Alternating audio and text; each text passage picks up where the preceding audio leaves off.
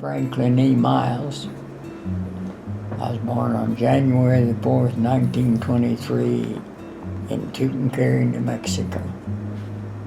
My father got into politics and ended up as governor of the state of New Mexico. 2 terms.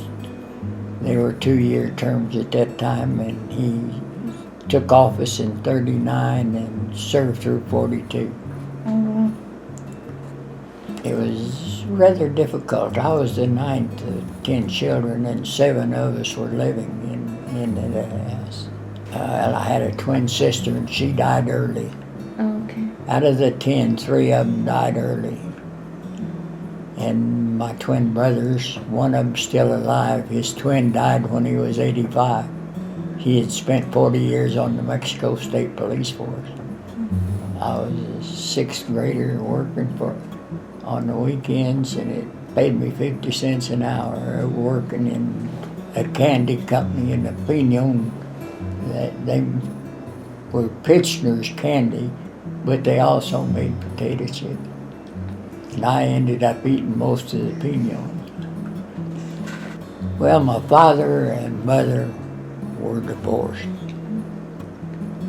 Right after my twin sister died, well, after my little sister died, the number 10 in the family. And they moved, she was born in Santa Fe, and they moved back to the ranch in Tucumcari. And then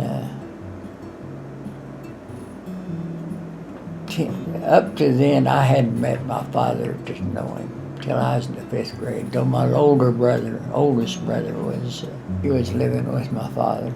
Oh, okay. And going to Santa Fe High School. And he took me to meet my father in Albuquerque, who at that time was the district supervisor for the IRS. My first memory of the National Guards was when they went to Bataan. My father was governor. He authorized a year's training in the Philippines because we had converted to coast artillery, and there are no coasts around here. I was sort of Peck's bad boy. My father thought I was a poor example for a governor's son. So he sent me to the New Mexico Military Institute, and I learned to love it. I'm in their Hall of Fame, in fact. I'm in the Fort Benning Hall of Fame also. The Institute. We got a little history here. We had to join the enlisted reserve corps to finish our education, but they meant that year. We still had a year to go, and we were all called active. Not only did we go take basic training at Fort Riley, there was Texas A&M, VMI, all those guys had to do what we did. They got out or be drafted, and that would have cost us our commissions. Oh, at the Institute. I imagine that I was a company commander at one time, but I never went beyond that because when we were promoted at the end of 43, but our class graduated in 44, and we were given credit for that class, and none of us even we were promoted at the end of the year of 43, but we never served as officers at the Institute. General Sage's aide, when I came back from the Philippines, I wanted to go to college, so I went to college. And General Sage's aide was living next door to me, and General Sage sent for me. So I went to see General Sage, and he says, you need to join the Guard. And I said, why? Because you owe me. And I said, what do I owe you? He said, because your father sent authorized us to go to the Philippines, and that's when it exploded.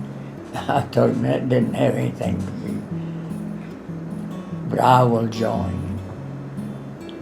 As soon as I got out of college, I went to work for him. I just like regimentation. I figured it was doing something, the Guard was.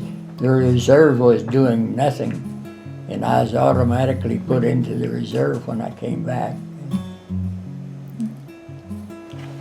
Well, there were a lot of officers that influenced me.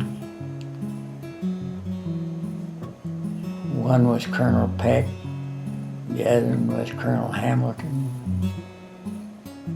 Of course, General Sage was my biggest influence because he hired me the minute I graduated from college.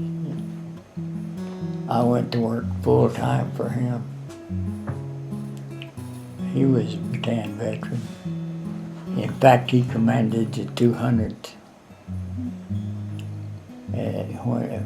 when they went overseas. But well, we landed in the Philippines just as the war was over, and we came in as loose troops and assigned to MacArthur returned to the Philippines at that time, and we were assigned to protect him. But dumb second lieutenants as we were, we thought if the war was over, the shooting was over. It was not. In fact, a sniper killed one of my friends. And so we emptied 37 millimeter guns into the trees. They tied themselves up in the trees. We just wasted ammunition because they couldn't fall out of the tree. They tied themselves in. But everything settled down after that, and I reported from into the island of Cebu into a company commander, and the company commander says, "I'm sure glad to see you." And I said, "Why?"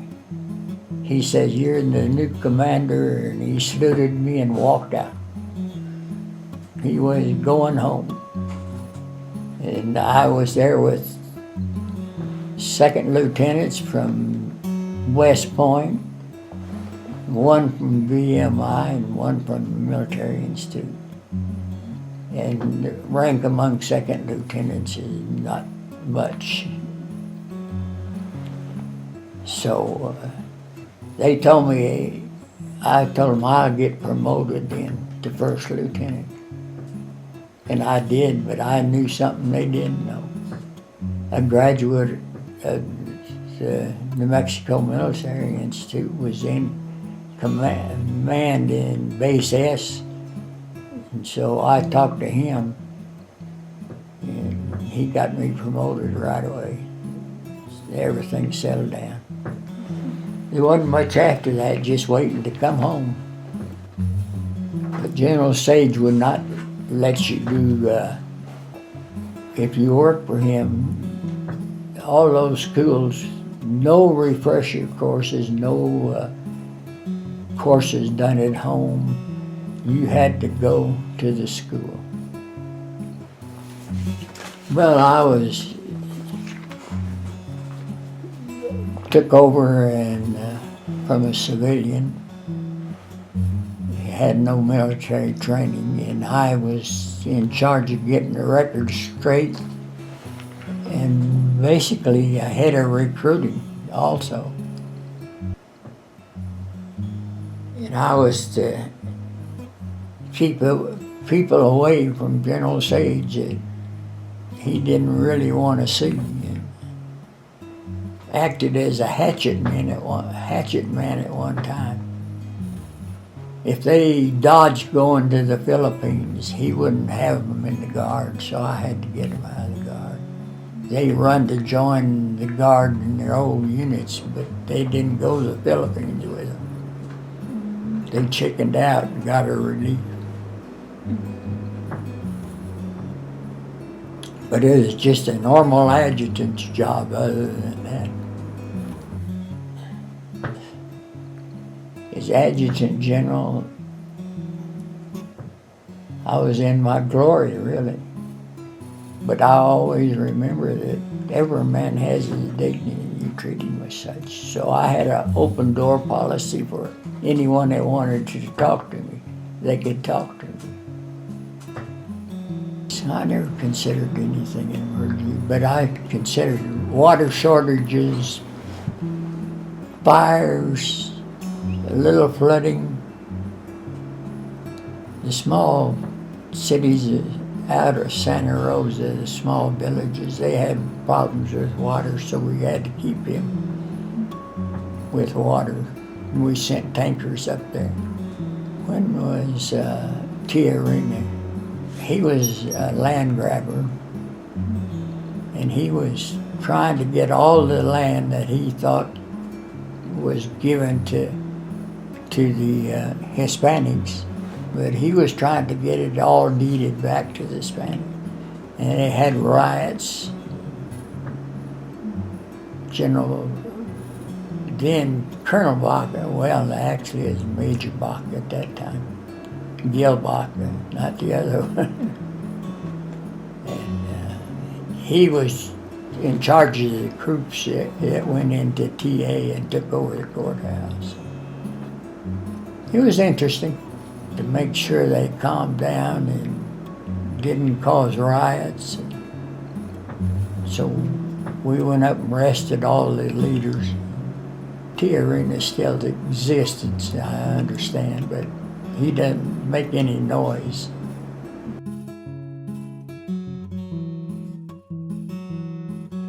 It was a shock,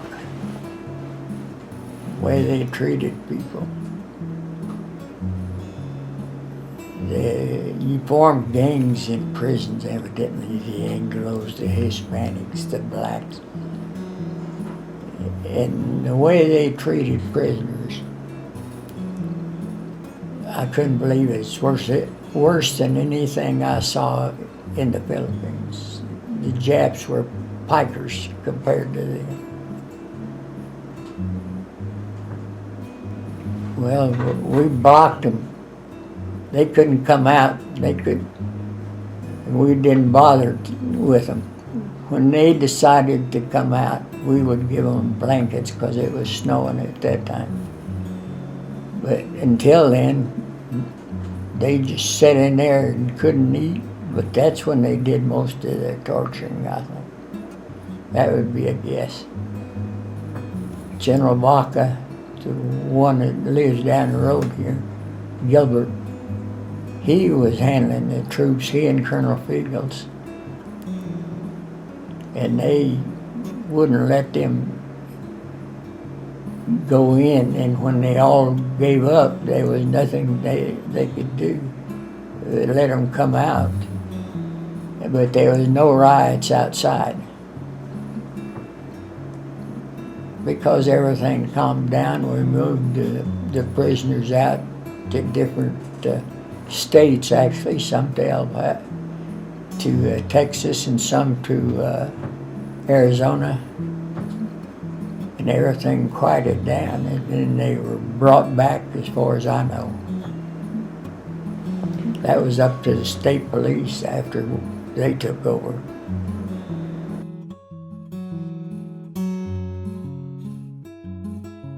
Everything seemed to run smooth.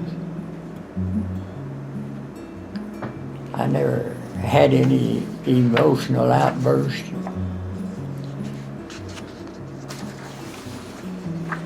The Penn riot was the biggest thing that happened while I was the AG. Everything I did was cut and dried, even the prison riots. Every man has his dignity, you treat him as such.